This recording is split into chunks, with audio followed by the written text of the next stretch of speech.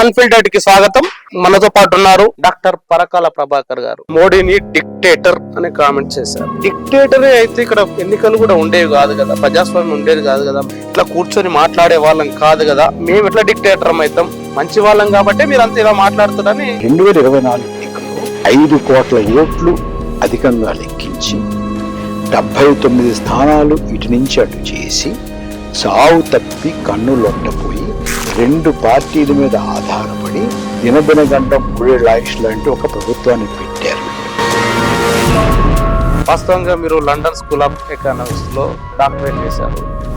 మన ఆర్థిక మంత్రి నిర్మలా సీతారామన్ గారు. First of all, I would look at it as not rupee sliding. I will look at it as dollar strengthening. రూపాయి విలువ పడిపోవట్లేదు, dollar విలువనే పెరుగుతుంది అని చెప్పేసి మోడీ ఆర్థిక రంగంలో ఫెయిల్యూర్ అయ్యారని పదే పదే మీరు చెప్తున్నారు. భారతదేశాన్ని 4th లార్జెస్ట్ ఎకానమీగా తీర్చిదిద్దినామని చెప్పేసి మాట్లాడుతున్నారు. ప్రపంచంలోనే అత్యంత వేగంగా అభివృద్ధి చెందుతున్న దేశంగా 8.2% ఉందని చెప్పేసి. సో ఇలాంటి లెక్కలు మీలాంటి వాళ్ళకి కనిపించట్లేదా? జపాను అభివృద్ధి చెందిన దేశాలు కదా, డెవలప్డ్ కంట్రీస్, వారిని పక్క తప్పించి ఆ స్థానంలోకి మనం వెళ్తే మనం అభివృద్ధి చెందిన దేశం అవ్వాలి కదా. ఒక పక్క వెళ్ళామని చెప్తూ మరొక పక్క ప్రధానమంత్రి గారే 2047లో మన అభివృద్ధి చెందిన దేశంగా తయారవుతా ఉంటారేంటి? మనం 4వ స్థానంలో ఉంటే నిజంగా దేశంలో 80 కోట్ల మందికి ఉచిత రేషన్ ఇవ్వాల్సిన అవసరం మీకు వచ్చింది. భారతదేశంలో నిజంగా ఆర్థిక అంతరాలు ఎందుకు ఇంత విపరీతంగా పెరుగుతూ పోతున్నాయి? ఏ కారణాలు వీటి మీద ప్రభావం పడుతుంది? సుందర్ గారు, ఇది చాలా లోతైన ప్రశ్న. సుమారుగా 23-24% ఉన్నటువంటి ప్రైవేట్ పెట్టుబడి ఇవాళ 17-18% పడిపోయింది. ఎందుకు పడిపోయింది?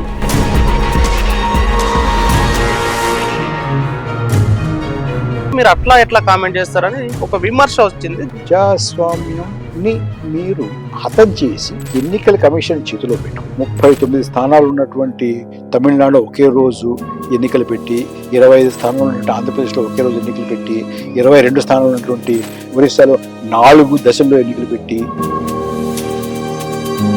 65 లక్షల మంది కనుక నిజంగానే తొలగించబడి ఉంటే ప్రతి బూత్ కు సంబంధించిన లిస్ట్ వచ్చింది. 65 లక్షల మంది రోడ్ల మీదకి రాలేదు. అయినా మీలాంటి విమర్శకులు ఇంకా ఎందుకు విమర్శిస్తున్నారని చాలా గ్రామాల్లో అసలు మా గ్రామం ఏమిటి, నువ్వు ఇచ్చిన ఫలితం ఏమిటి, ఇది కాదు, మేము ఇలా ఓటు వేయలేదు, కావాలంటే మేము మళ్ళీ ఆ గ్రామాలన్నింటిలోనూ 144 సెక్షన్ పెట్టి వాళ్ళందరినీ నిర్బంధించి మీరు ఎస్ఐఆర్ పేరుతోటి సెంటర్ లో ఉన్న బీజేపీ పైన కామెంట్ చేస్తున్నారు, ఈవీఎంల పేరుతోటి కామెంట్ చేస్తున్నారు. మరి ప్రతిపక్షాలు కూడా గెలుస్తూనే ఉన్నాయి కదా. ప్రతిపక్షాలు గెలిచినప్పుడేమో ప్రజాస్వామ్యం పరిడవిల్లింది అని మీలాంటి మేధావులు అంటున్నారు. అదే బీజేపీ గెలిస్తే ఈ ఎస్ఐఆర్ లేకపోతే ఈవీఎం అని కామెంట్లు చేస్తున్నారు. ఇది ద్వంద్వ వైఖరి కాదా అనే కామెంట్లు మీలాంటి వారి పైన ఉన్నాయి. మాలాంటి వాళ్ళకి దానికి సమాధానం. మీ దగ్గర సమాధానం ఉందా? ఏం సమాధానం చెప్తారు? ఏం సమాధానం?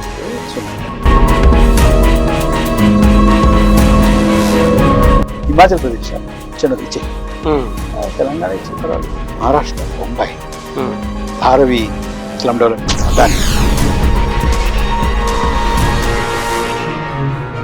నేను చెప్పేదాన్ని వీడియోలో కొంతమంది కామెంట్లు పెట్టచ్చు, నన్ను తిట్టచ్చు, నాకు మతిలేదనొచ్చు.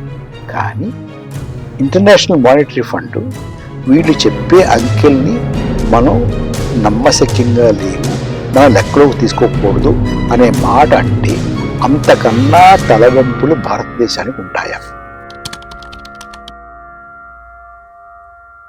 ఈ రోజు మనతో పాటు ఉన్నారు ప్రముఖ ఆర్థికవేత్త, రాజకీయవేత్త డాక్టర్ పరకాల ప్రభాకర్ గారు. ఆయనతో మాట్లాడదాం. నమస్తే అండి పరకాల గారు. మీరు చాలా సందర్భాల్లో మోడీని డిక్టేటర్ అని కామెంట్ చేశారు. మోడీ డిక్టేటర్ అయితే 2014 నుంచి మొదలు పెట్టుకుంటే 3 టర్మ్స్ అధికారంలోకి వచ్చారు. ప్రపంచంలోనే అతిపెద్ద ప్రజాస్వామ్య దేశం మాదని చెప్పేసి ప్రపంచమంతా తిరిగి మోడీ మాట్లాడుతున్నాడు. కాబట్టి డిక్టేటరే అయితే ఇక్కడ ఎన్నికలు కూడా ఉండేవి కాదు కదా, ప్రజాస్వామ్యం ఉండేది కాదు కదా, మీలాంటి అలాంటి వాళ్ళు ఇట్లా కూర్చొని మాట్లాడే వాళ్ళం కాదు కదా, మేము ఎట్లా డిక్టేటర్ అవుతాం, చెంత మంచి వాళ్ళం కాబట్టి మీరు అంతా ఇలా మాట్లాడుతున్నారని మీలాంటి మేధావుల పైన కామెంట్లు సోషల్ మీడియా ద్వారా, కొన్ని మీడియాల ద్వారా కామెంట్ చేస్తున్నారు. ఎట్లా చూస్తారా కామెంట్లు? నేను మీరు సుందర్ గారు మరిద్దరు కూర్చొని మాట్లాడుకోవడం వారి దయా దాక్షిణ్యాల మీద జరుగుతున్నట్టుగా చెప్తున్నారు వాళ్ళు కదా. మరి వాళ్ళ విజ్ఞతకి వదిలేస్తున్నాను. ఒకటి రెండోది 2024 ఎన్నికల్లో 5 కోట్ల ఓట్లు అధికంగా లెక్కించి 79 స్థానాలు ఇటు నుంచి అటు చేసి చావు తప్పి కన్నులొట్టపోయి 2 పార్టీల మీద ఆధారపడి దినదినగండం 3 ఏళ్ల ఆయుష్ లాంటి ఒక ప్రభుత్వాన్ని పెట్టారు వీళ్ళు. దాన్ని చూపించి నాకు మీలాంటి వాళ్ళు వారి ప్రతిష్ట పెరుగుతోంది, చాలా పాపులర్ అయిపోతున్నారు, విశ్వగురు అంటారు ఏంటండి?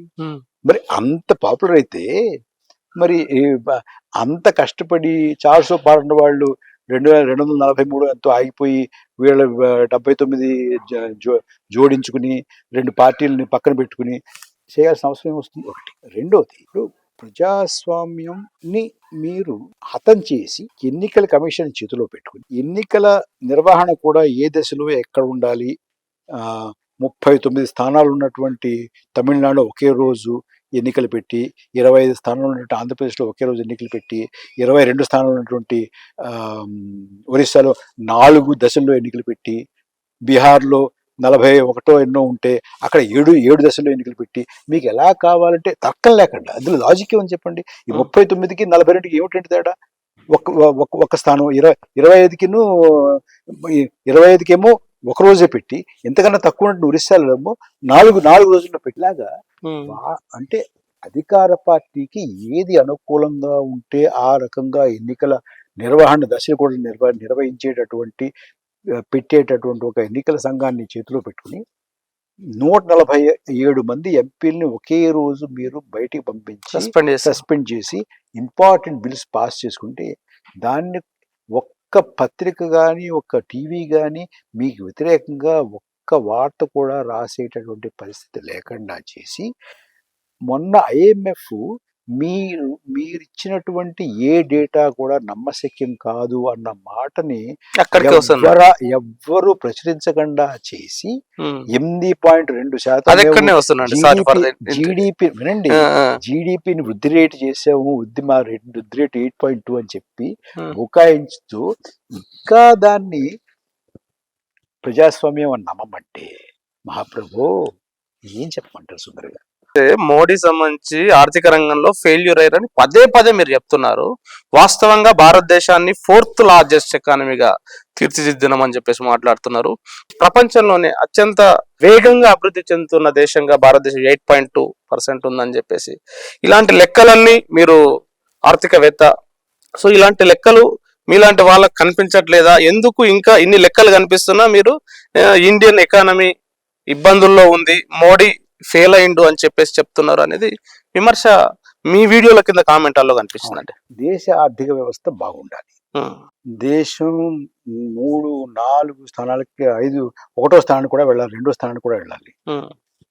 నాకు అదే కోరుకుంది, మీకు అదే కోరుకుంటుంది. ఎగ్జాక్ట్లీ నెంబర్ 1 కావాలి ఇండియా.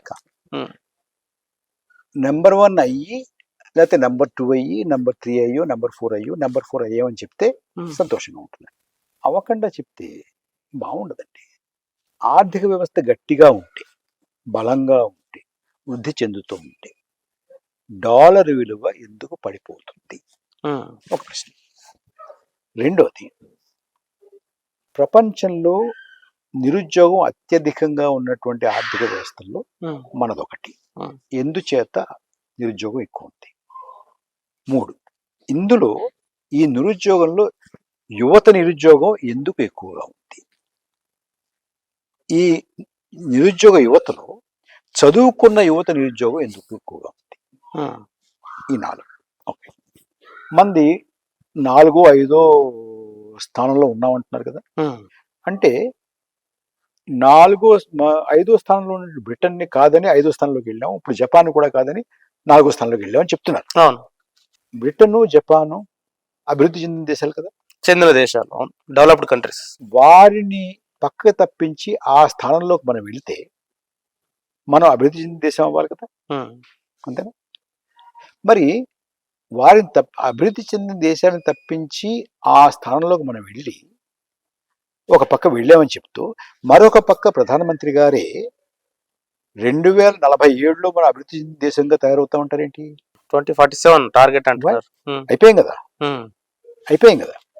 మరొకటి, మనం 4వ స్థానంలో ఉంటే నిజంగా దేశంలో 80 కోట్ల మందికి ఉచిత రేషన్ ఇవ్వాల్సిన అవసరం మీకేమొచ్చింది? వ్యాలిడ్ ప్రశ్న. రైల్వేలు ఉత్తర జోన్లో ప్రకటించినటువంటి 35,000 ఉద్యోగాలకి 2 కోట్ల మంది దరఖాస్తులు ఎందుకు చేసుకున్నారు, ఎందుకు కుమ్ములాడుకున్నారు?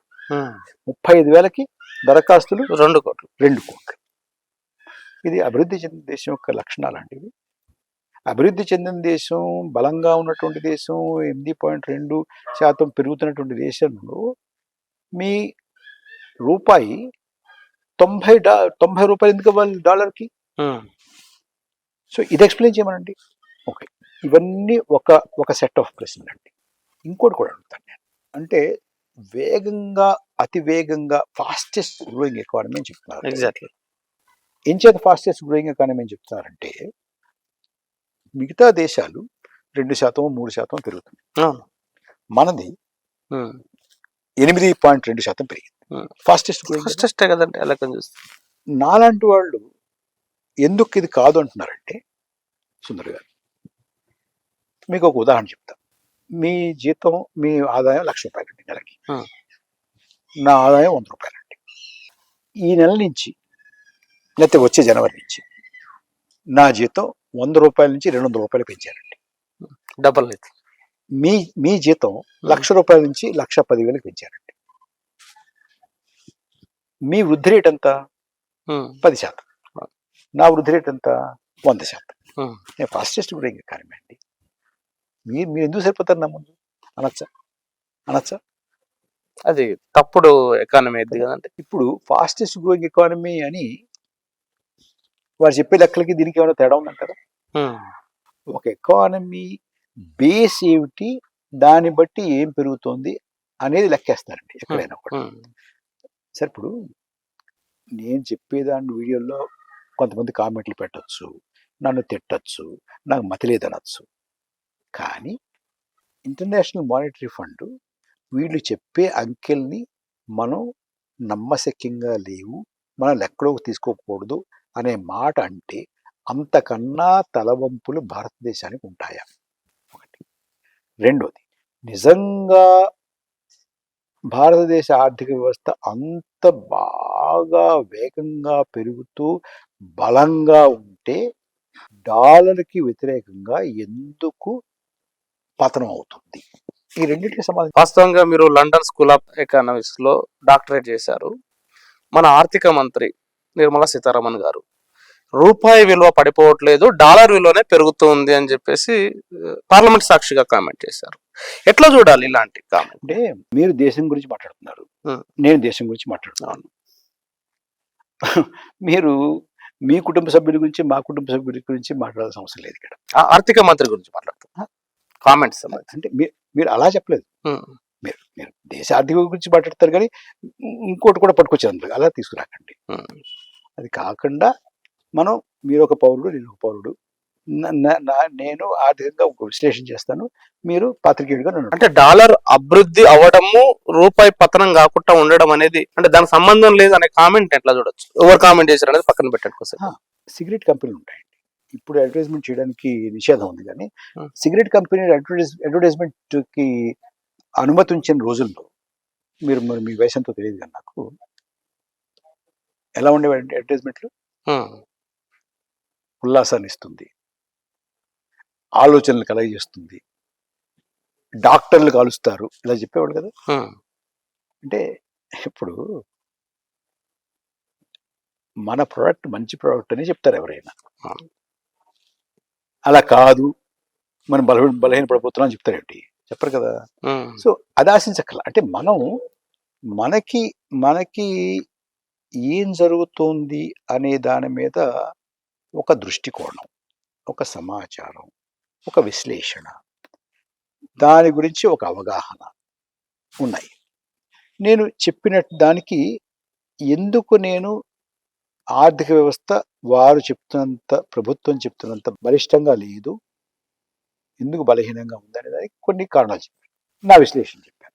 దానికి సమాధానం చెప్పాలి తప్ప, నీకు మతి లేదు, నీకు తెలియదు, ఇంత బ్రహ్మాండంగా ఉంటే ఇలా అంటున్నావు ఏంటి, నీకు కనపట్టలేదా అంటే నేనేం చేయనండి. అదే కదా నేను చెప్తున్నాను. భారతదేశంలో నిజంగా ఆర్థిక అంతరాలు ఎందుకు ఇంత విపరీతంగా పెరుగుతూ పోతున్నాయి? ముఖ్యంగా యువతకు సంబంధించిన అవకాశాలు కూడా ఎందుకు ఇంత ప్రపంచంలో ఎక్కలేనంత ఇంత పెరుగుతూ పోతున్న సందర్భంలో ఏ కారణాలు వీటి మీద ప్రభావం పడుతుందండి? సుందర్ గారు, ఇది చాలా లోతైన ప్రశ్న. మీరు గణాంకాలు తీసుకుంటే ఇన్ఈక్వాలిటీ ల్యాబ్ ప్యారిస్లో ఉంటుందండి. అంటే ప్రపంచంలో ఉన్న అన్ని దేశాల్లో ఆర్థిక అసమానతలు ఎలా ఉన్నాయని అధ్యయనం చేస్తారు. థామస్ పికెటీ అండ్ వాళ్ళ బృందం వాళ్ళు చేసినటువంటి అధ్యయనం ప్రకారం 1926 నుంచి ఆధారపడగలిగినంత గణాంకాలు 1926 అండి. అంటే ఇవాళకి 100 సంవత్సరాలు. ఈ 100 సంవత్సరాల్లో భారతదేశంలో ఎప్పుడూ లేనంత ఆర్థిక అసమానతలు ఉన్నాయి అనేది వాళ్ళు ఇచ్చినటువంటి డేటా కంక్లూషన్. ఓకే, ఎందుకు జరుగుతోంది ఇది? ఎందుకు జరుగుతోందంటే సుందర్ గారు, మనది లేబర్ సర్ప్లస్ ఎకానమీ. అంటే మనకి మనుషులు ఎక్కువ, చేతులు ఎక్కువ. మనం ఈ చేతులకి పని కల్పించేటటువంటి, ఈ మనుషులకి పని కల్పించేటటువంటి నమూనా ఎంచుకోవాలి ఆర్థిక అభివృద్ధికి. ఈ టెక్నాలజీ అంటే మనుషుల్ని రీప్లేస్ చేసి యంత్రాలతో పని చేయించుకునేటటువంటిది జనాభా తక్కువ ఉండి, మానవ వనరులు తక్కువ ఉండి, లేబర్ స్కేర్సిటీ ఉన్నటువంటి ఎకానమీస్లో చేసుకుంటారండి. మనం ఆ నమూనాను పట్టుకొచ్చి ఇక్కడ పెట్టుకుంటే మనకి నష్టం అండి. అంటే అలా అని అసలు టెక్నాలజీ వద్దా, మనకి అన్ని చేతులతోనే చేసుకుందా అంటలా. టెక్నాలజీ తెచ్చుకోండి, అయితే దాని పాళ్ళు ఏమిటి? ఎంత టెక్నాలజీ తెచ్చుకోవాలి, ఎంత మనం మానవ వనరుల మీద ఆధారపడాలి అనేది ఆ బ్యాలెన్స్ లేకపోతే మనకి అసమానత ఎందుకు వస్తుంది? ఇప్పుడు మీరు పెట్టుబడి పెడతారండి, 5,000 కోట్లు పెట్టుబడి పెడతారు. 5,000 కోట్లు పెట్టుబడి పెట్టి 200 ఉద్యోగాలు ఇస్తారు. అంటే హై టెక్నాలజీ పట్టుకొస్తారు, లేబర్ సేవింగ్ టెక్నాలజీ పట్టుకొస్తారు, అన్నీ కూడా క్యాపిటల్ ఇంటెన్సివ్ పట్టుకొస్తారు. మన లాంటి ఆర్థిక వ్యవస్థకి 10 మందికి ఉద్యోగాలు కల్పించే టెక్నాలజీ కావాలి. ఎగ్జాక్ట్లీ 10 మందికి ఉద్యోగాలు కల్పించేటటువంటి ఆర్థిక నమూనా కావాలి. మీరు ఇది మానేసి అది చేస్తే ఇవాళ ఉన్నటువంటి పరిస్థితి వస్తుంది. సింపుల్. సో మనం ఏ రకమైనటువంటి నమూనా ఎంచుకుంటున్నాము, ఏ రకమైనటువంటి టెక్నాలజీ తెచ్చుకుంటున్నాము, ఏ రకమైనటువంటి అభివృద్ధి పథాన్ని ఎంచుకున్నాము, దాని మీద ఆధారపడి ఉంటుంది. ఇప్పుడు ఇది చేస్తేనండి ఇది ఎక్కువ కాలం సాగదు. ఎందుకంటే మీరు ఉత్పత్తి చేస్తారు, కొనడానికి పర్చేసింగ్ పవర్ ఉండాలి, ప్రజల దగ్గర డబ్బు ఉండాలి. ప్రజల దగ్గర డబ్బు ఎప్పుడు ఉంటుంది? ఉద్యోగం ఉంటే ఉంటుంది, ఉపాధి ఉంటే ఉంటుంది. ఎగ్జాక్ట్లీ. ఉపాధి లేకుండా మీరు ఇవాళ బాగానే ఉంటుంది, రేపు బాగానే ఉంటుంది, ఎల్లుండి కొనేవాడు ఉండడు. అందుచేతనే మీకు సుమారుగా 23-24% ఉన్నటువంటి ప్రైవేట్ పెట్టుబడి ఇవాళ 17-18% పడిపోయింది. ఎందుకు పడిపోయింది? పెట్టుబడి పెట్టట్లేదు. పెట్టుబడి పెడితే, ఉత్పత్తి చేస్తే కొనేటటువంటి వాళ్ళు లేరు, నష్టపోతాము, అంచేత పెట్టుబడి పెట్టకుండా కూర్చున్నాము అనే పరిస్థితికి వాడు వచ్చింది.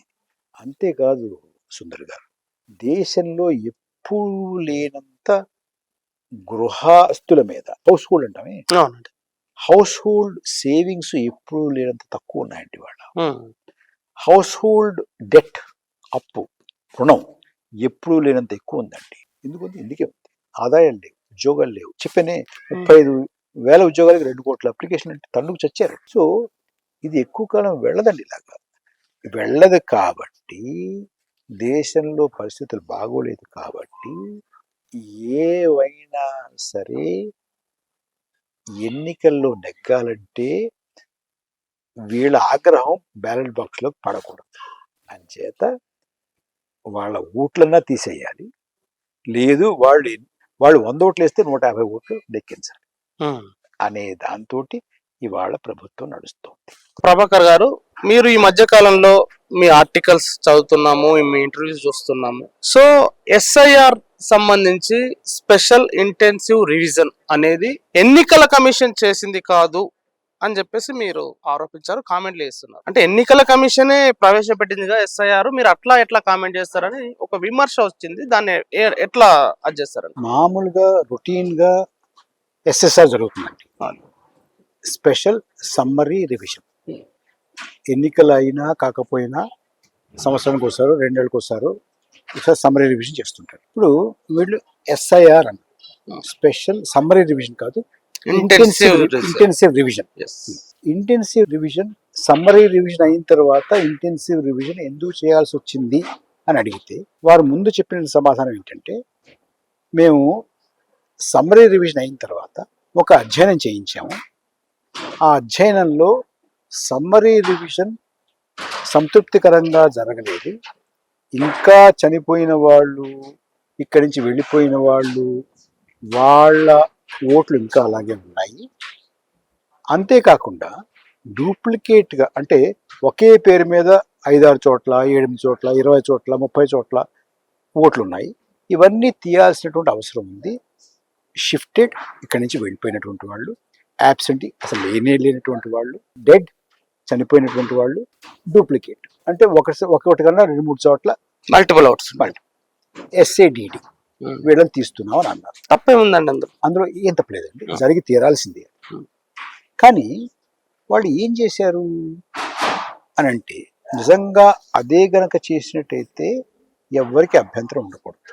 మీకు మొట్టమొదటి ఇప్పటికీ SIR అమలైంది బీహార్లో వాళ్ళు SIR అమలు చేసి దగ్గరగా 65 లక్షల ఓట్లు తొలగించిన తర్వాత మీలాంటి జర్నలిస్టులు వెళ్ళి చూస్తే ఒకే అడ్రస్ మీద 509 పేర్లు. సాధ్యమా?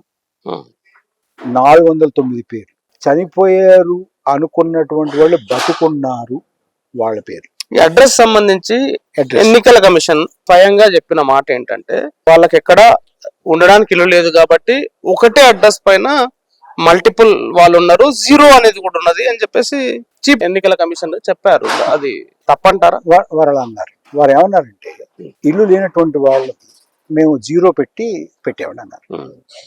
మనకి ఆధారం నాకు మొత్తం దేశంలో ఉన్నటువంటి ఆధారాలు, ఏ ఆధార్ కార్డులోనైనా ఇంటి నెంబర్ 0 ఉందా చూడండి. అంటే ఆధార్లో లేనటువంటి 0 ఎలక్షన్ కమిషన్ చేసినటువంటి ఓటర్ల జాబితాలో ఎందుకు వచ్చింది? రెండోది, తండ్రి పేరు భర్త పేరు ఆడవారికి ABCDEFG అనే తండ్రి పేరు ఎవరికి ఉంటుంది? కొన్ని వేల మంది తండ్రి పేరు కానీ భర్త పేరు కానీ ABCDEFG లేదు, అర్థం పర్థం లేని అక్షరాలు ఉన్నాయి, ఎందుకున్నాయి? రెండోది, ఇక కొన్ని చోట్ల తండ్రి పేరు భర్త పేరు ఎలక్షన్ కమిషన్ ఆఫ్ ఇండియా అని కూడా ఉంది. మీరు అంత ఇంటెన్సివ్ రివ్యూ చేసి ఓటర్ల జాబితాని మేము సంస్కరించేము అని అంటే చనిపోయిన వారి పేర్లు ఎందుకున్నాయి? బ్రెజిల్లో ఉన్నటువంటి ఒక మోడల్ మీద 20 ఓట్లు ఎందుకున్నాయి? ఒకే ఇంటి పేరు మీద ఒకే ఇంటి నంబర్ మీద 509 ఓట్లు ఎందుకున్నాయి? ఆఫ్టర్ ఎస్ఐఆర్ ఇవన్నీ ఆఫ్టర్ ఎస్ఐఆర్ చెప్తున్నాను, not before SIR. After SIR ఎందుకున్నాయి? చనిపోయినటువంటి వాళ్ళు అని చూపించినటువంటి బతికి ఎందుకున్నారు? ఇవన్నీ కాకుండా విడిపోయారు అన్నటువంటి వాళ్ళు ఉండగా మేము ఉన్నాము అని చెప్తున్నటువంటి వాళ్ళు ఎందుకున్నారు? 65 లక్షల మందిని తీసేశారు. తీయడానికి కూడా ఒక పద్ధతి ఉంది. మీ ఓటు తీయాలంటే ముందు మీకు ఒక నోటీస్ ఇవ్వాలి, అంటే మీరు చెప్పినట్టు అడ్రస్ కు నోటీస్ అడగాలి. మీరు లేరు అని చెప్పి మాకు తెలిసిందండి అని. ఒకవేళ మీరు ఎలక్షన్ కమిషన్ రాసిన ఉత్తరానికి మీ దగ్గర జవాబు లేదనుకోండి, దాని అర్థం ఏంటి? మీరు లేరంటే. లేదు మీరు రాశారనుకోండి, లేదు ఉన్నానండి అని మీరు రాశారు, లేకపోతే మీ ఇంట్లో వాళ్ళు లేదండి. ఈ 65 లక్షలకు సంబంధించి మీరు కోట్ చేసిన అంశం ఏదైతుందో దానిపైన చాలా సూటి స్పష్టమైన కామెంట్ ఒకటి చేస్తున్నారు. 65 లక్షల మంది కనుక నిజంగానే తొలగించబడి ఉంటే వాళ్ళు రోడ్ల మీదకి వస్తే చాలా పెద్ద మాస్ ర్యాలీ అవుతుంది. వాళ్ళు ఏం రాలేదు కదా. సుప్రీం కోర్టులో కూడా కేసు వేసిన సందర్భంలో ప్రతి బూత్ కు సంబంధించిన లిస్టు కూడా ఇచ్చారు. ఇచ్చిన తర్వాత మళ్ళీ ఇంకా ఎందుకు ఇలాంటి విమర్శలు చేస్తున్నారు? ప్రతి బూత్ కు సంబంధించిన లిస్ట్ వచ్చింది, 65 లక్షల మంది రోడ్ల మీదకి రాలేదు. అయినా మీలాంటి విమర్శకులు, అనలిస్టులు, మేధావులు ఇంకా ఎందుకు విమర్శిస్తున్నారనే కామెంట్ వస్తుందండి. ఒకటి ఏంటంటే, నా ఓటు తీసేస్తే నాకు చెప్పలేదు, నాకు తెలియదు. రెండోది ఏం జరిగింది, సుప్రీం కోర్టుకి వెళ్ళి తీసిన వాళ్ళ పేర్లు చెప్పండి అంటే ఎన్నో సార్లు అడిగిన తర్వాత, ఎన్నో సార్లు సుప్రీంకోర్టు ఇవ్వమన్న తర్వాత ఇవ్వము అని చివరికి ఇచ్చారు.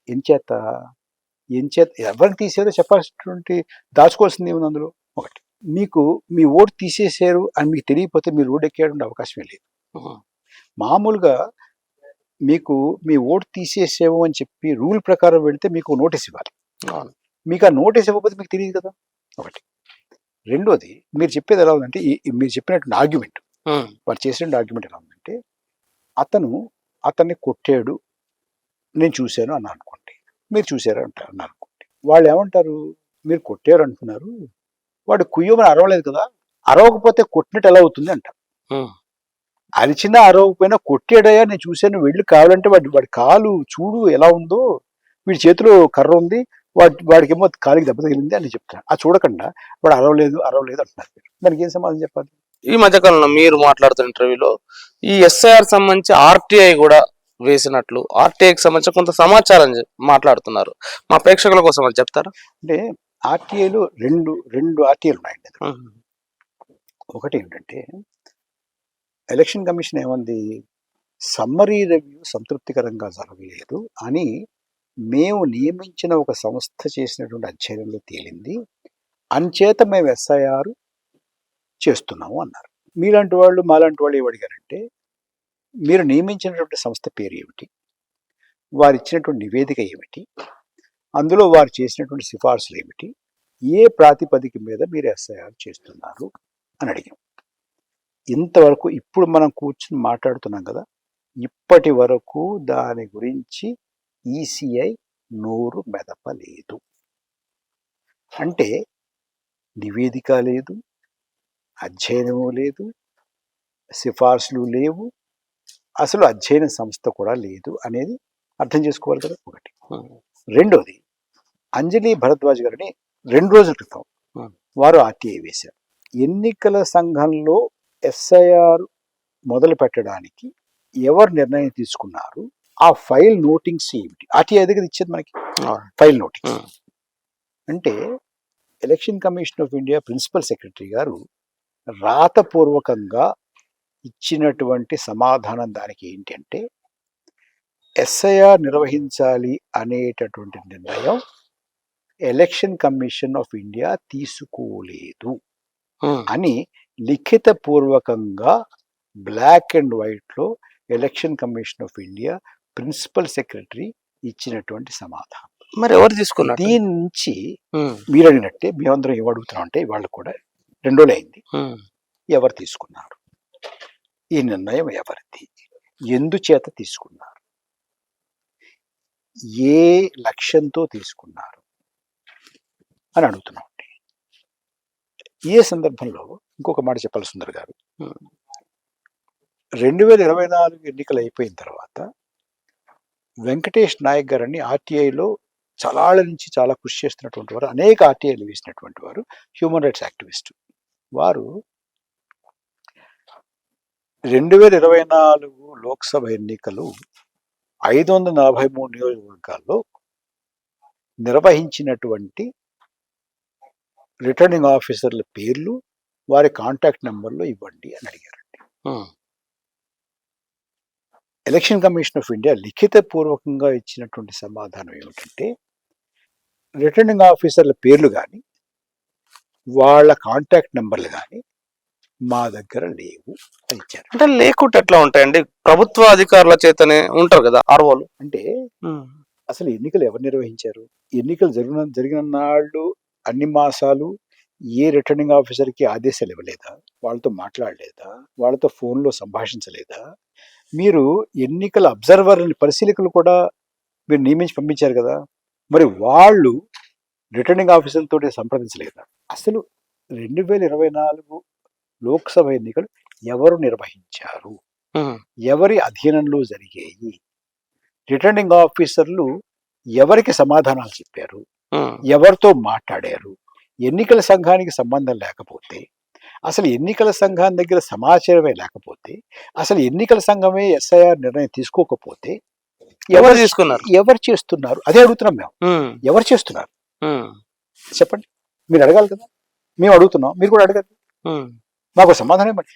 ఏమండి, ఇప్పుడు నేను కానీ మాతో కలిసి ఈ ప్రయత్నం చేస్తున్నటువంటి వాళ్ళు కానీ, నువ్వు మోసం చేసేవారు అడగట్లా అంటలా, నువ్వు సమాధానాలు చెప్పకపోతే మోసం జరిగిందా అని అనుమానం వస్తుంది మాకు. నువ్వు పేర్లు బయట పెట్టినట్టున్నావు, నువ్వు సమాచారం లేదంటున్నావు, ఎస్ఐఆర్ నిర్ణయం మేము తీసుకోలేదు అంటున్నావు, అధ్యయనం ఎవరు చేసేవో చెప్పడం లేదు. ఏం దాస్తున్నావు నువ్వు? ఎవరి కోసం దాస్తున్నావు? మరి ఇంత ఇంటెన్సివ్ రివ్యూ చేసిన తర్వాత ఇంకా డూప్లికేట్ ఓట్లు, ఇంకా బ్రెజిలియన్ మోడల్ ఎందుకున్నాయి, ఇంకా ఏబిసిడిఈఎఫ్జీలు ఎందుకున్నాయి, ఇంకా చనిపోయారు అన్న వాళ్ళు బతికే ఉన్నారు అని నిరూపణలు ఎందుకు జరుగుతున్నాయి, ఇంకా ఒక ఇంట్లో 509 మంది ఎందుకున్నారు, ఇంకా ఒకే ఇంట్లో ఒక ఊరంతా లిస్టులో లేకపోవడము ఇంకోటి కూడా జరిగిందండి. ఇది చాలా విచిత్రమైనటువంటిది. మీ ఓటు తీయలేదండి, మీ ఓటు ఉంటుంది, కానీ మీరు మామూలుగా ఈ ఏరియాలో ఉంటారు, అంతా మీ వాళ్ళంతా ఉంటారు. బీహార్లో కులతత్వం చాలా ఎక్కువగా ఉంటుంది.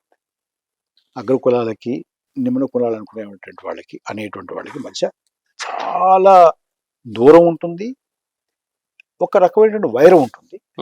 వాళ్ళు వీళ్ళ అణగదీసి అణగొట్టేటువంటి అణచేటువంటి పరిస్థితి ఉంటుంది.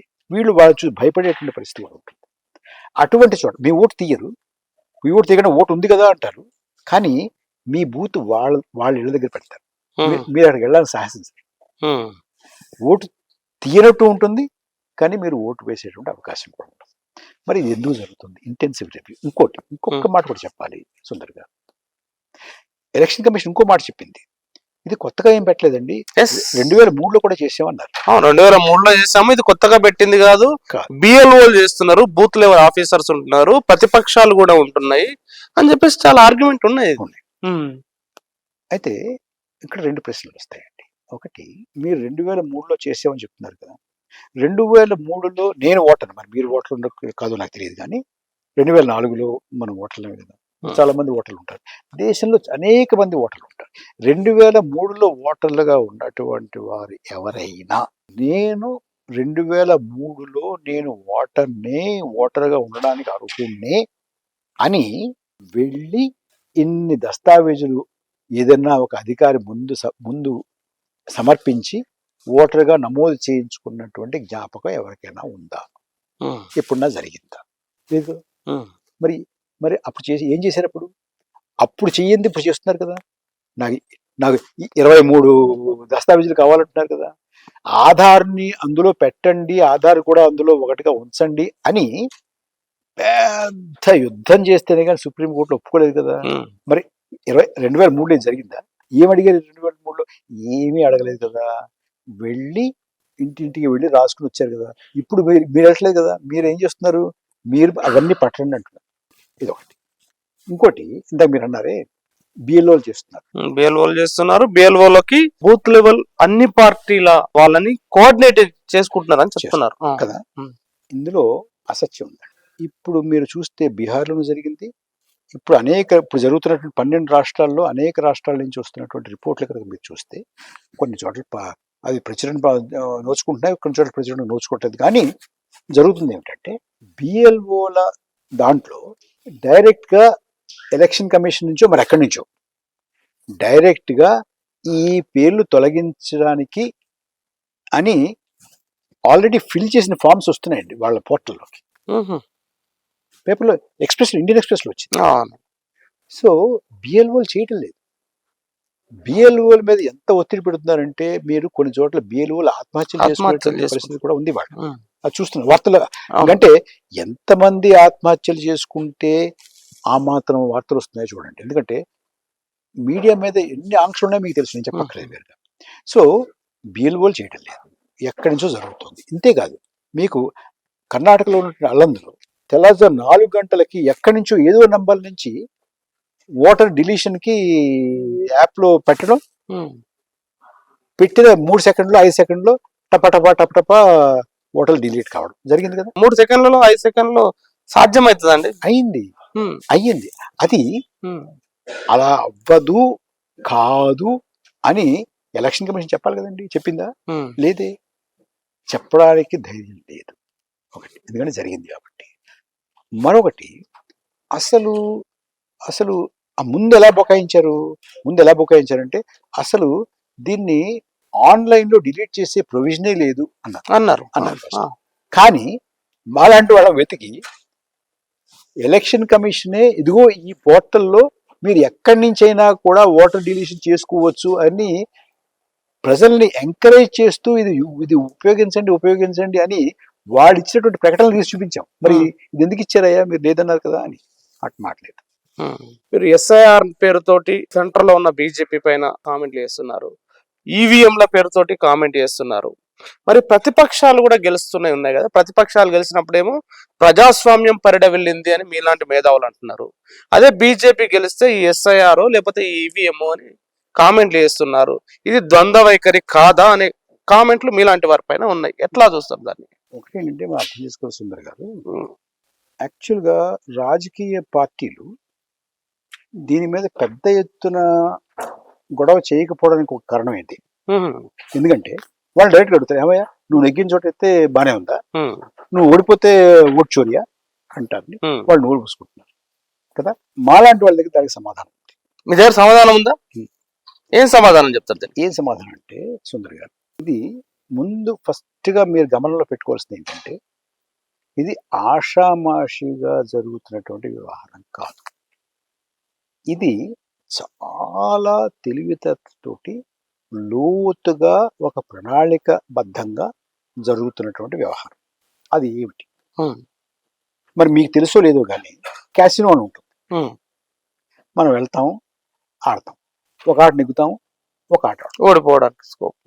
2 ఆటలు నెగ్గుతాం, ఇంకో ఆట ఓడిపోతాం, 3వ ఆట, 4వ ఆట, 5వ ఆట ఓడిపోతాం. కానీ మళ్ళీ 6వ ఆట నెగ్గుతామేమో అని ఒక ఆశ ఉంటుంది. అంటే మీకు నెగ్గుతాము అనేటటువంటి ఆశని ఎప్పటికీ సజీవంగా ఉంచేది క్యాసినో.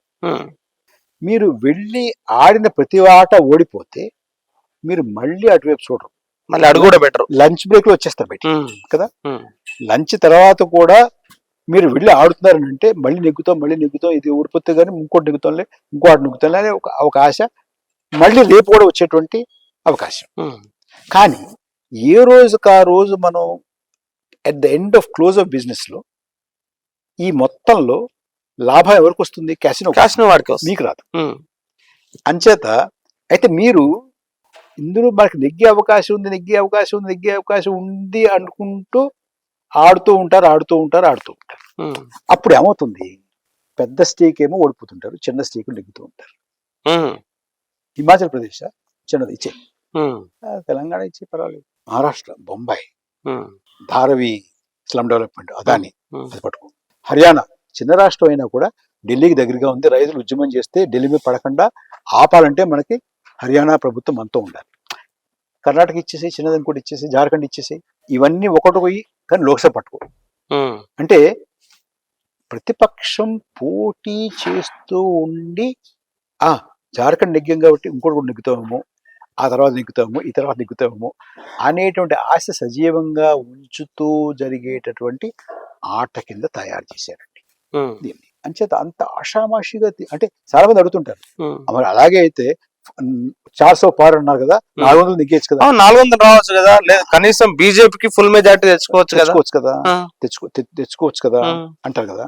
అంటే తెచ్చుకుందామని ప్రయత్నం చేసినా కూడా వాళ్ళ మీద ఎంత వ్యతిరేకత ఉందంటే, వాళ్ళు ఒక 100 ఓట్లు ఇటువంటి చేసినా కూడా అంత పెద్ద ఎత్తున వాళ్ళ మీద వ్యతిరేకత ఉంది కాబట్టి తెచ్చుకోలేకపోయారు. 2, 5 కోట్ల ఓట్లు అధికంగా లెక్క పెట్టిన 2024లో మేము వేసిన లెక్క ప్రకారం 5 కోట్ల రాష్ట్రాల్లో 79 స్థానాలలో 5 కోట్ల ఓట్లు ఎక్కువగా లెక్క పెట్టి 79 స్థానాలు సాధించుకున్నారు. కాబట్టి ఇవాళ ఎన్డీఏకి 293 అండి. 293లో మీరు 79 తీసేస్తే 214 పడతారండి. వీళ్ళు 243 అండి ప్రతిపక్షాలు. 79 కలిపితే 313 అవుతారండి. సో ఇటు ఉండాల్సిన అధికారం అటు చేతులు మారిందండి.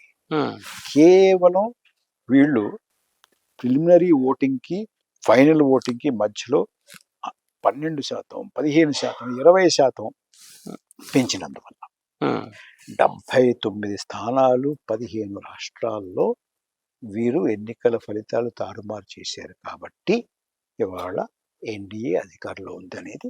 మీరు అన్నట్టు ఏ 15%, 18%, 20% పెంచుతూ పోతే భారత రాజ్యాంగం ప్రకారం సుప్రీంకోర్టు ఉంది. అదే విధంగా ప్రతిపక్షాలు ఎందుకు ఊరుకుంటాయి అంటే స్ట్రీట్ ఫైట్ చేయడానికి కూడా పెద్ద ఎత్తున ప్రతిపక్షాలు ఉన్నాయి. చాలా రాష్ట్రాల్లో యాంటీ ఇన్కంబెన్సీ సంబంధించిన అంశాలు కూడా వచ్చినప్పుడు మనం చూసిన జెన్జెడ్ లాంటి మూమెంట్లు భారతదేశంలో కనిపించాలి, అవేవి కనిపించట్లేదు. ఎట్లా మీరు చెప్తున్న అనాలిసిస్ ని ప్రజలు విశ్వసించాలి? ఎట్లా నమ్మాలి? 4:30 కూడా తెల్లారలేదు కాబట్టి 6ంటికి తెల్లారలేదు అంటావా? తెల్లవారు 4:30, 5ంటికి కూడా ఇంకా చీకటిగా ఉంది. ఇంకెప్పుడు చీకటిగా ఉంటుంది. అంటే ఇవాళ ఎవరు అడగలేదు కాబట్టి, ఎవరు తిరగబడలేదు కాబట్టి రేపు కూడా తిరగబడరు, ఎల్లుండ తిరగబడరు, అవతల నుండి తిరగబడరు అంటావా? అనలేంగా. మేము చెప్తూ వస్తున్నాం, జనం కూడా వింటున్నారు, ఆలోచిస్తున్నారు. అంటే మీలాంటి అనలిస్టులు లేదా రాజకీయవేత్తలు చెప్తున్నారు, కానీ పొలిటికల్ పార్టీలు డైరెక్ట్ గా దాని ప్రభావం పడుతుంది, ఓటమి చూస్తున్నారు. సో పబ్లిక్ కూడా ఒక ఏరియాలో మేమంతా ఓట్లేసిన తర్వాత ఎట్లా ఓడిపోయినారు అనే డౌట్ వాళ్ళకు కూడా వచ్చినప్పుడు ప్రజల్లో ఒక తిరుగుబాటు ఆటోమేటిక్ రావాలి, ఎవరు దాన్ని కంట్రోల్ చేయలేరు. అట్లాంటి వాతావరణం కనిపించట్లేదు. ఎట్లా మేనేజ్ అవుతుంది అంటారు? సుందర్ గారు, మీరు అంటే అందులో మీరు చెప్పే దాంట్లో పాక్షికంగానే సత్యం ఉంది. మీకు మహారాష్ట్ర ఎన్నికల తర్వాత ఈ ఫలితాలు చూసిన తర్వాత చాలా గ్రామాల్లో అసలు మా గ్రామం ఏమిటి, నువ్వు ఇచ్చిన ఫలితం ఏమిటి, ఇది కాదు, మేము ఇలా ఓటు వేయలేదు, కావాలంటే మేము మళ్ళీ బాక్సులు పెట్టి మా ఊళ్ళో వాళ్ళందరినీ ఓటు వేయమంటాము, మేము కౌంట్ చేస్తాము అని అంటే ఆ గ్రామాలన్నింటిలోనూ 144 సెక్షన్ పెట్టి వాళ్ళందరినీ నిర్బంధించి అది జరగకుండా చేశారా లేదా?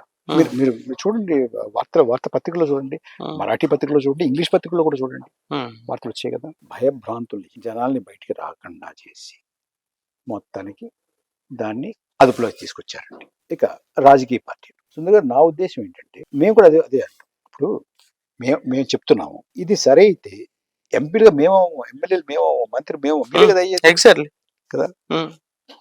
మరి ఎందుకు మాట్లాడరయ్యా మీరు అడిగాం. వాళ్ళకి మీరు నమ్ముతారో నమ్మరో నేను చెప్పలేను. వాళ్ళు ఇలా జరిగిందంటావా అన్నారండి.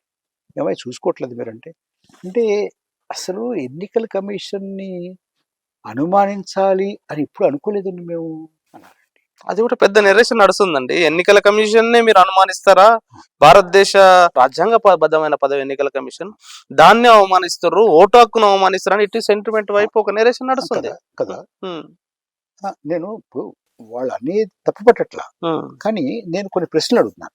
ఎలక్షన్ కమిషన్ కానీ, ఎలక్షన్ కమిషన్ ని సమర్థించేటువంటి వాళ్ళు కానీ నా ప్రశ్నకి సమాధానం చెప్పానండి, సంతృప్తికరంగా చెప్పండి, నేను నోరు తీసుకుంటానండి. మీకు చెప్తున్నాను సుందర్ గారు, ఇప్పుడు లోక్సభ ఎన్నికల్లో 1వ దశ పోలింగ్ అయిన తర్వాత ఆ సాయంత్రం 7 గంటలకు 8 గంటలకు ప్రిలిమినరీగా ఇంత శాతం ఓటింగ్ అయింది అని చెప్పారండి. ఫైనల్ గా ఎంత అయింది అని చెప్పడానికి 11 రోజులు తీసుకున్నారండి. అవును, ఎప్పుడైనా జరిగింది? ఎప్పుడైనా నాకు గుర్తున్నప్పుడైతే జరగలేదు. అంటే మీరు చెప్పాలి అలాంటి గతంలో.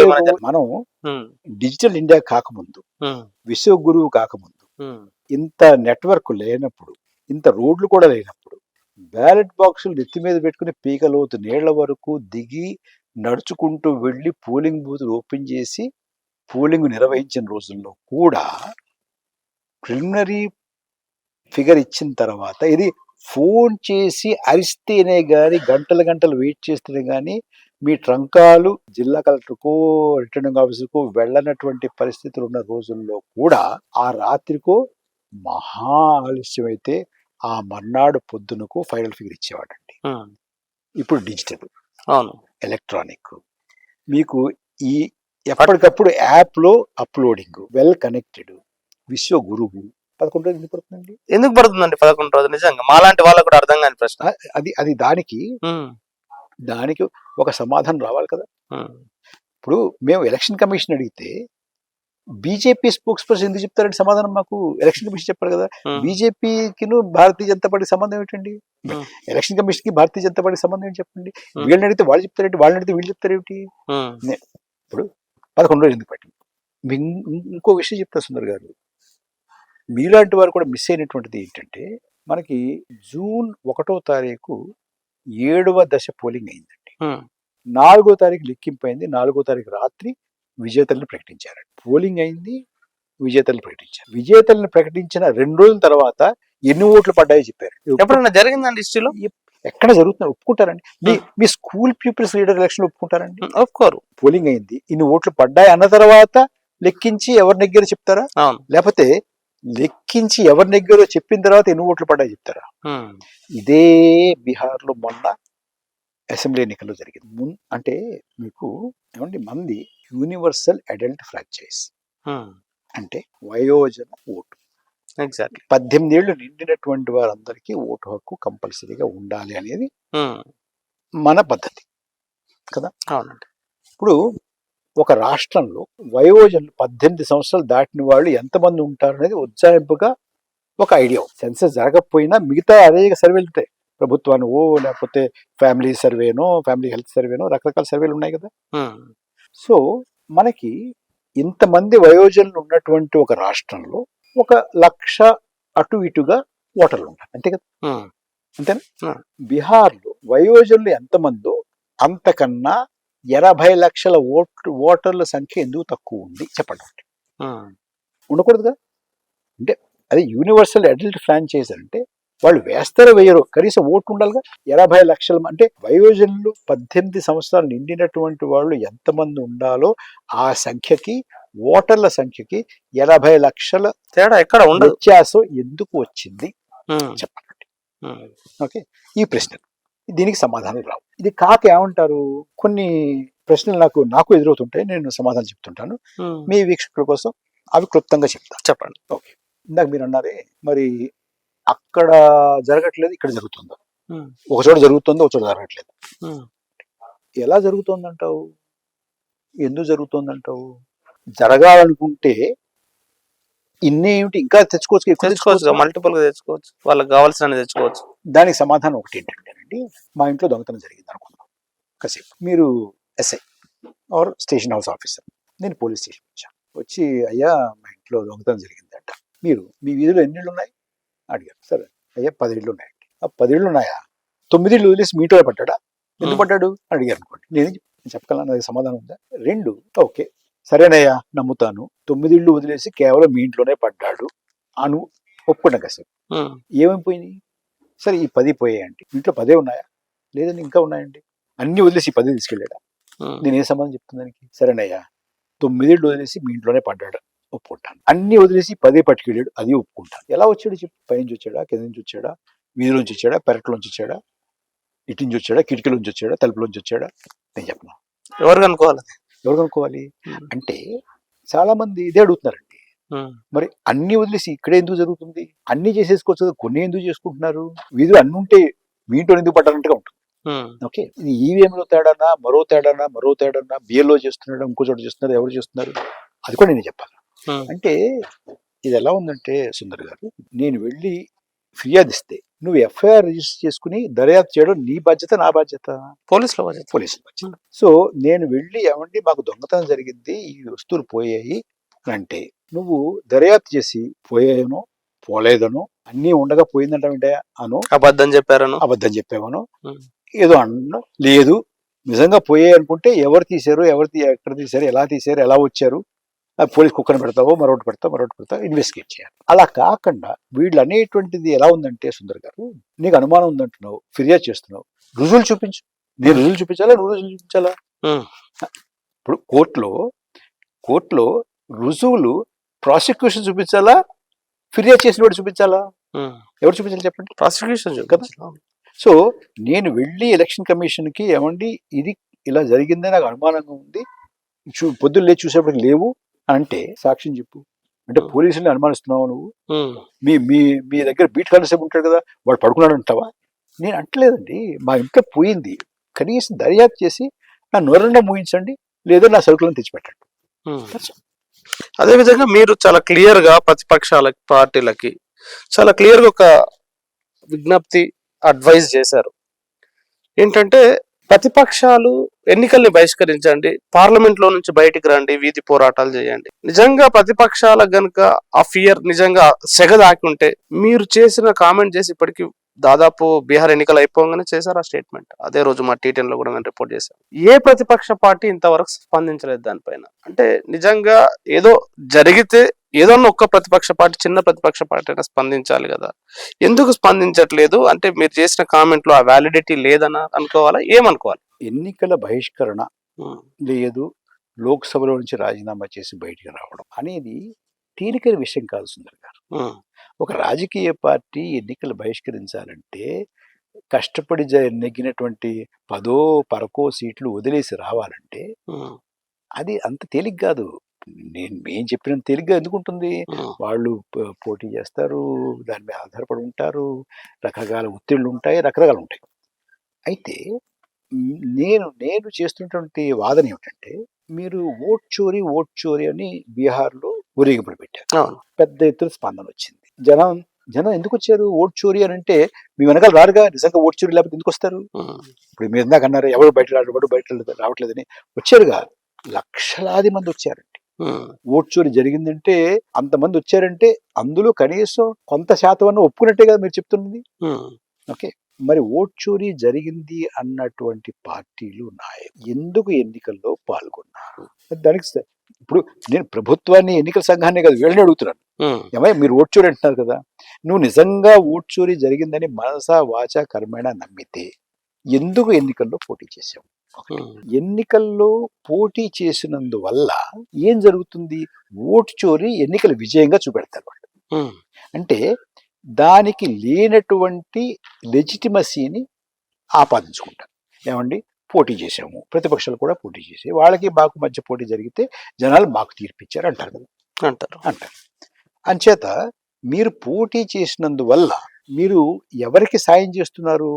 ఓటు చోరీ చేసిన వాళ్ళకి సాయం చేస్తున్నారు. ప్రతిపక్షాల దగ్గర ఉన్న మార్గం వినండి చేస్తున్నారు.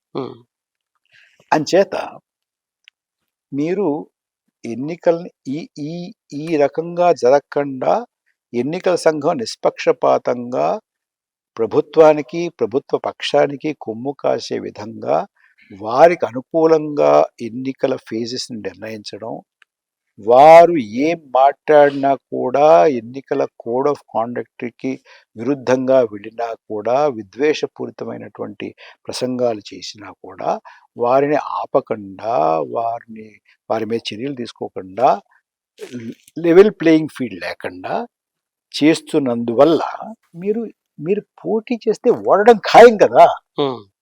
అయినా కూడా మీరు పోటీ చేసి దానికి లెజిటిమసీ ఇస్తున్నారు. అది సరైనటువంటిది కాదు.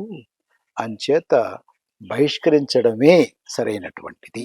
ఓకే, నేనేమనుకుంటున్నానంటే సుందర్ గారు, చరిత్రలో మనం చెయ్యాలి ఐడియల్ సిచ్యువేషన్లో చూడండి, ఇది చెయ్యదగినది, ఇది ఆచరణ యోగ్యమైనది అనేది ఒకటి ఉంటుంది. అది ఆచరణ సాధ్యమైన దానికి భిన్నంగా ఉంటుంది. What you can do, what has to be done. ఆచరణ యోగ్యమైనది, ఆచరణ సాధ్యమైనది. చాలా అరుదుగా చరిత్రలో ఆచరణ యోగ్యమైనది, ఆచరణ సాధ్యమైనది ఒకటే అవుతాయి. అది ఇప్పుడు మన దేశ ప్రజాస్వామిక జీవితంలో ఆచరణ యోగ్యమైనది, ఆచరణ సాధ్యమైనది ఎన్నికల బహిష్కరణ మాత్రమే. ఇది నేను ఇందాకనే ఈ నిర్ణయం తీసుకోవడం అంత సులువైంది కాదు. మేము చెప్తున్నంత సులువు కాదు వాళ్ళకి. అంచేత ఇవాళ కాకపోతే రేపు, రేపు కాకపోతే ఎల్లుండి కాకపోతే 10 రోజుల తర్వాత మేము చెప్తున్నటువంటి ఈ నిర్ణయానికే రాజకీయ పార్టీలు, ప్రతిపక్ష పార్టీలు వచ్చి తీరుతాయి. వేరే మార్గాంతరం లేదు అనేది నా విశ్వాసం. చివరి ప్రశ్న అంటే, మనం నేపాల్లో చూసాం, జెన్జీ ఉద్యమాన్ని చూసాం, శ్రీలంకలో చూసాం, యువత కానీ ప్రజలు కానీ పెద్ద ఎత్తున రోడ్ల మీదకి వచ్చిన వాతావరణాన్ని చూసాం. సేమ్ భారతదేశంలో ఇన్ఫ్లేషన్ కానీ, ఆర్థిక వ్యవస్థ కానీ ఇంత పెద్ద ఎత్తున ఇబ్బంది పడ్డ నేపథ్యంలో ప్రజల నుంచి అదొక వ్యతిరేకత నేరుగా కనిపించింది. అది బంగ్లాదేశ్ లో కూడా వచ్చింది, అది వేరే రూపంలో తీసుకుంది. సో మొత్తంగా ఇప్పుడు భారతదేశంలో వెంటౌట్ ఏంటి? భారతదేశ ప్రజలకి ప్రభుత్వం అయితే వెంటౌట్, మీరు అన్నట్టు ఈవీఎంలను నమ్ముకుందా, ఎస్ఐఆర్ నమ్ముకుందా, లేదంటే మతాన్నో ఇంకో దాన్నో వాడుకుంటున్న సందర్భం. ప్రజలకు వెంటౌట్ ఏంటి? సుందర్ గారు, ఇప్పుడు మీరు చెప్పినటువంటి దేశాలకి మన దేశానికి తేడా ఉందండి. ఒకటి ఏంటంటే, మన దేశంలో రాజ్యం చాలా బలమైన రాజ్యం. ఉమ్, మన సైన్యం కానీ, ఆ. మన పారామిలిటరీ ఫోర్సెస్ కానీ, అనేక పారామిలిటరీ ఫోర్సెస్ ఉన్నాయి. ఉమ్, మన పోలీస్ వ్యవస్థ కానీ, మన సర్వేలెన్స్ కానీ, మన క్రౌడ్ కంట్రోల్ కానీ, ఆ దేశానికి మనకి అసలు పోల్చలేము. మన చాలా బలమైన. ఉమ్, అంచేత ఎక్కడైనా నిరసన వ్యక్తమైనా కూడా వారికన్నా బాగా అణచగలిగేటటువంటి శక్తి రాజ్యానికి ఇక్కడ ఉంది. ఉమ్, అది గుర్తుపెట్టుకోండి. అంచేత వాళ్ళ మార్గం ఉమ్. మనకి అనుసరణీయం కాదు. మీరు రోడ్ల మీదకి రమ్మంటున్నారు మరి. రోడ్ల మీదకి రమ్మనంటే అది హింసాత్మకంగా కాదండి. ఉమ్, మనం బ్రిటిష్ సామ్రాజ్యం వ్యతిరేకంగా కూడా రోడ్ల మీదకి వచ్చాం. అవును. అహింసాయుతంగా వచ్చాం, శాంతియుతంగా వచ్చాం, మనం నిరసన తెలిపాం. నువ్వు ఏం చేసినా, మమ్మల్ని కొట్టినా, తిట్టినా, చంపినా మేము వెనక్కి తిరిగేది లేదు అన్నాం. ఆ రకంగా ఒక పట్టుదలతోటి ఇది మేము ఒప్పుకోము అనేటువంటి మాట చెప్పాలి. ఒకటి, మీరు దేశంలో అలాంటిది ఏది జరగట్లేదు అనుకుంటున్నారు. జరగలేదు, అది కూడా సత్యం కాదు. ఉమ్, సుందర్ గారు, మీరు సంవత్సరానికి పైగా చేసినటువంటి రైతుల ఉద్యమాన్ని రైతు ఉద్యమం. మర్చిపోతున్నారు. ఆ. మర్చిపోవద్దు. సంవత్సరానికి పైగా 700 మంది రైతుల్ని చంపినా కూడా, బార్బ్డ్ వైర్ పెట్టి వాళ్ళని హింసించినా కూడా, వాళ్ళు ఢిల్లీకి రాకుండా ఆపినా కూడా, వాళ్ళ మీద రబ్బర్ బుల్లెట్లు వర్షాలు కురిపించినా కూడా, సంవత్సరం పైగా వారు వెనుతిరక్కుండా ప్రభుత్వాన్ని వ్యతిరేకించి చేసినటువంటి ఉద్యమం వల్ల ఇంత పెద్ద ప్రభుత్వం, ఇందాక నేను చెప్పినటువంటి సైన్యాలు, పారామిలిటరీ ఫోర్సులు ఉన్నా కూడా తోక ముడిచి వారు వ్యవసాయ చట్టాలని వెనక్కి తీసుకునేటటువంటి పరిస్థితి తీసుకొచ్చారా లేదా? ఉమ్. ఇది ఒక చిన్న విషయం అండి, కాదండి. కాదు కదా. ఉమ్. ఇలాంటివి అనేక చోట్ల తమిళనాడులో కూడంకుళం కానీ, మొన్న బెంగళూరు బయట జరిగినటువంటి రైతుల ఉద్యమం కానీ, ఇవన్నీ కూడా విజయాలు సాధించినటువంటి. ఇవి ఇక్కడతో ఆగవస్తుంది కదా. ఇవన్నీ కూడా శాంతియుతంగా జరుగుతున్నటువంటివి. అన్ని రకాలుగాను అహింసాయుతంగా జరుగుతున్నటువంటివి. రోడ్డు మీదకి రావడం అంటే, మొన్న ఈ సంఘ పరివార శక్తులు క్రిస్మస్ రోజు రోడ్ల మీదకి వచ్చి చేసినటువంటి విధ్వంసం గురించి చెప్పట్లేదు. అది వాళ్ళ పద్ధతి, మా పద్ధతి కాదు. మా పద్ధతి శాంతియుతంగా వచ్చి రోడ్డు మీదకి వచ్చి, ఇది మేము ఒప్పుకోము, ఇది సరైనటువంటిది కాదు, ఇది భారతదేశానికి మంచి చేసేది కాదు, ప్రజాస్వామ్య హితంలో ఉన్నటువంటిది కాదు అని చెప్పి వారిని వారి పద్ధతి మార్చుకునేలా చెయ్యడమే మేము చేసేది. అది జరుగుతుంది, జరుగుతోంది, ఇంకా ఉధృతం అవుతుంది. 4:30కి 5:30కి తెల్లారకపోతే 7 గంటలకు కూడా తెల్లారదు అనుకోకండి. తప్పకుండా అలాంటి ఉదయం రావాలండి. Thank you very much. చాలా లోతైన విశ్లేషణ అందించారు. ఇంకా చాలా సబ్జెక్టులు, ఆర్థిక రంగంలో చాలా సబ్జెక్టులు ఉన్నాయి, ఇంకా చాలా అంశాలు ఉన్నాయి. తప్పకుండా ఒక ఫుల్ ఫ్లెడ్జ్ పాడ్కాస్ట్ మీతో ప్లాన్ చేద్దామండి. తప్పకుండా మీ విలువైన సమయం మళ్ళీ ఇవ్వండి. T10 తెలుగు రాష్ట్రాల్లో ఈ ప్రోగ్రెసివ్ కంటెంట్ చేస్తూ ప్రజల పక్షాన మాట్లాడే ఒక చిన్న ప్రయత్నం చేస్తూ ఉన్నాం. చాలా గొప్ప అంశాలని చాలా సులభమైన భాషలో ప్రజలకు అర్థమయ్యే ప్రశ్నల రూపంలో చాలా గొప్పగా ఉందండి మీ narration. Thank you very much. ప్రజలు విన్నారు కదా, డాక్టర్ పరకాల ప్రభాకర్ గారు అనేక ప్రశ్నల్ని ఇంటర్వ్యూలో కొన్ని 100కు పైగా ప్రశ్నలు వేశారు. ఆ ప్రశ్నలకు సమాధానాలు ఆలోచించే ప్రయత్నం ఒక్క నిమిషం ఆగి చేద్దాం. నిజంగా ఒక్క ప్రశ్నకు సమాధానాలు ఆలోచిస్తున్న సందర్భంలో చాలా సమస్యలు పరిష్కారం కావడానికి మార్గాలుగా కూడా ఆయన వేసిన ప్రశ్నలు కనిపిస్తున్నాయి. కాబట్టి పరకాల ప్రభాకర్ గారు చెప్పిన అనేక అంశాలపైన మీ కామెంట్ తప్పకుండా రాయండి. ఈ ఇంటర్వ్యూ తప్పకుండా మీ వాళ్ళకి, మన వాళ్ళకి తప్పకుండా షేర్ చేయండి. Thank you very much. చూస్తూనే ఉండండి T10.